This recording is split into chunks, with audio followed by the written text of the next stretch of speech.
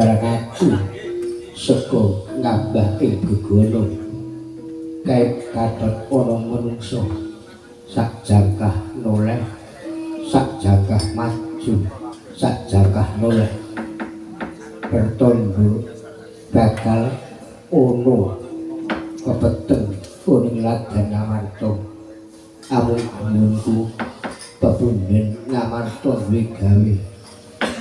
duwe gawe gedhe lamun aku najan to isih umur 16 dina nanging olo-olo aku dianggep bayi wingi sore ning aku nyatane didu karo dewa menang Gathuk Kaca kaono menungso sak jangkah noleh janji ketemu Gathuk Kaca ditakoni gelagepan aja takon dosa.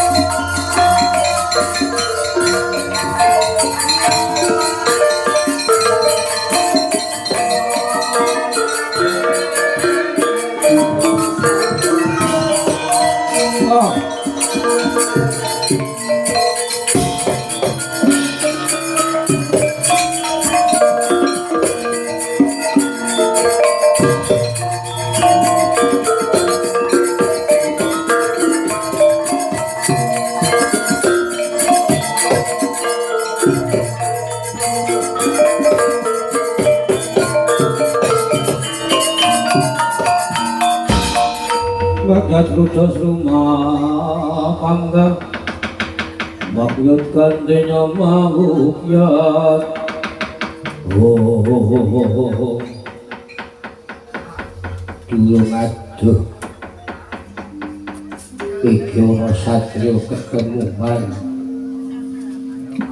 Gathuk Kaca sinambahe gegono sapa kowe ngaku satriya putra pripate kowe takon aku Antarjaya Rupatara Antarjaya Rupatara piye dasarnya to lamun aku teka saka ing kayangan Saptapatala saben luwana ing ladan Ngamarta ono perlu apa ngerti yo aku kepengin ngawau Sudarma kepengin ketemu marang wong tuamu mapan ana ing ladan Ngamarta yo kekasih Raden Werkudara ya Raden Bratasena padha lancang ngucap Werkudara kuwi sudemaku Werkudara kuwi sudemaku Werkudara kuwi sudemaku nek nyoto Werkudara kuwi wong tuamu Werkudara iku garwane sapa Werkudara iku garwane Nagagini lancang Werkudara kuwi garwane Arimbi mula Werkudara iki bapakku dudu bapakmu oh Werkudara kuwi bapakku aja takon dosa blapan mati tonton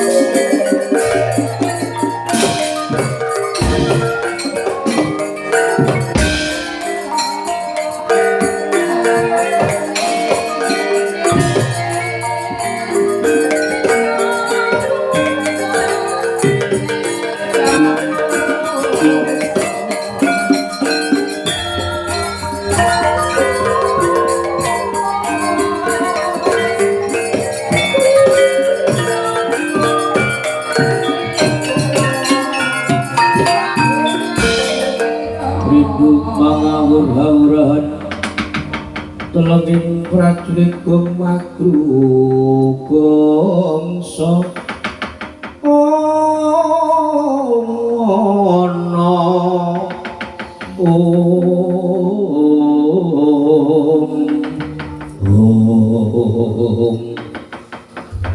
aku eling Kanjeng wis paring pitutur marang aku upas rayang tak gunakake mesti mung sugari kaca ajur luhur sawalang-walang munggo yen upas rayang ora tumomo mati dening aku upas kaca kadung kaca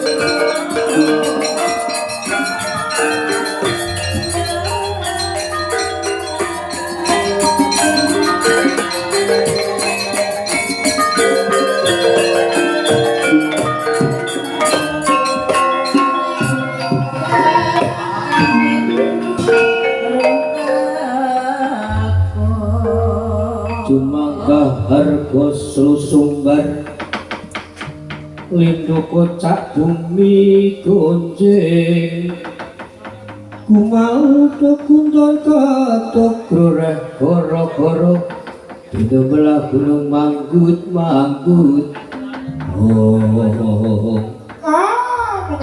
kencang pada daya kalau lu tulu yaha iki antara siapa sembah bukti kulun rodo ya tak tambah sembah bukti kulun rodo ayo tak tambah kadung kaca tak ini aja gunake upas rayak aja gunake upas oto ampun kok iki duwe pusaka nah setemu ya pancene kono nek kate upas oto mau lu tulu yadi kowe rawani marang awakmu kadung kaca wonten dawuh iku lho ngene iki mau jare rebutan apa? Niku Antarja ngaku yen Werkudara menika sudermanipun. Njut monggo Pikulun Rada sampun mangertos Werkudara menika suderma kula. Oh tak kandhani. Pancen bener ngono? Nggih. Werkudara niku suderma kula. Dipun aku dening Gatotkaca. Sudermanipun Gatotkaca. Oh, jatine ngene. Tak jlentreh. Werkudara kuwi di bocah telu. Nah, siji sompoke. Siji Arimbi. Loro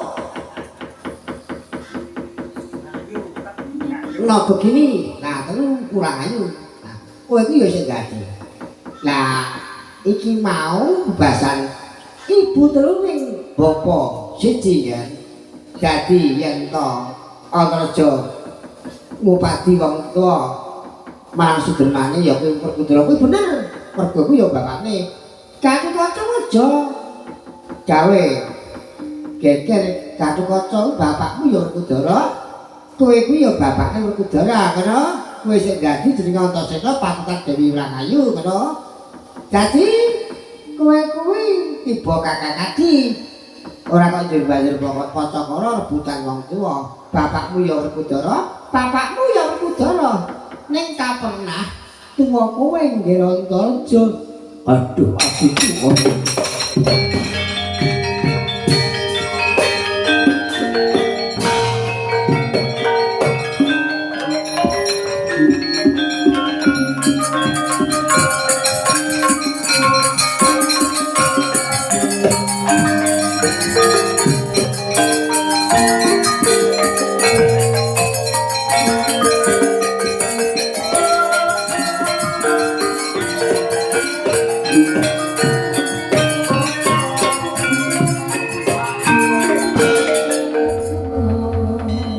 pangapunten Kang Mas.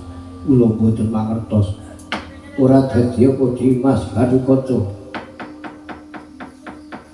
Yen mengkono aku bakal ngupaya marang wong tuwa kepara bareng sak loron. Ayo Dimas, mumpung aku kalenggan iki lodang turupno marang Yodiwati. Lah sing ngakur sing guyub cukup semua sabdolon kulon bali makanan. Ayo padha ngawahu marang sudumamu. Wis bakare sembah kene kulon.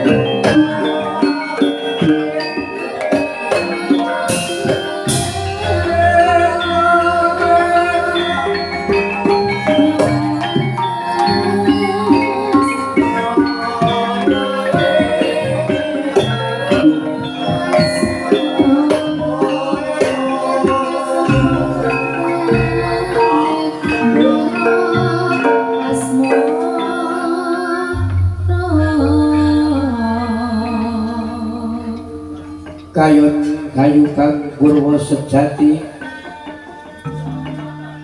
Tribuna pangkeblat pat kedenge mega rumembe aprataka kekuwong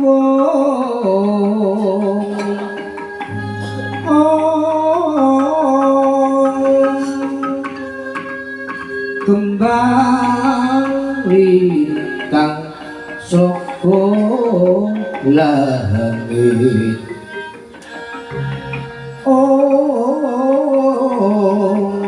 semine ganu kilat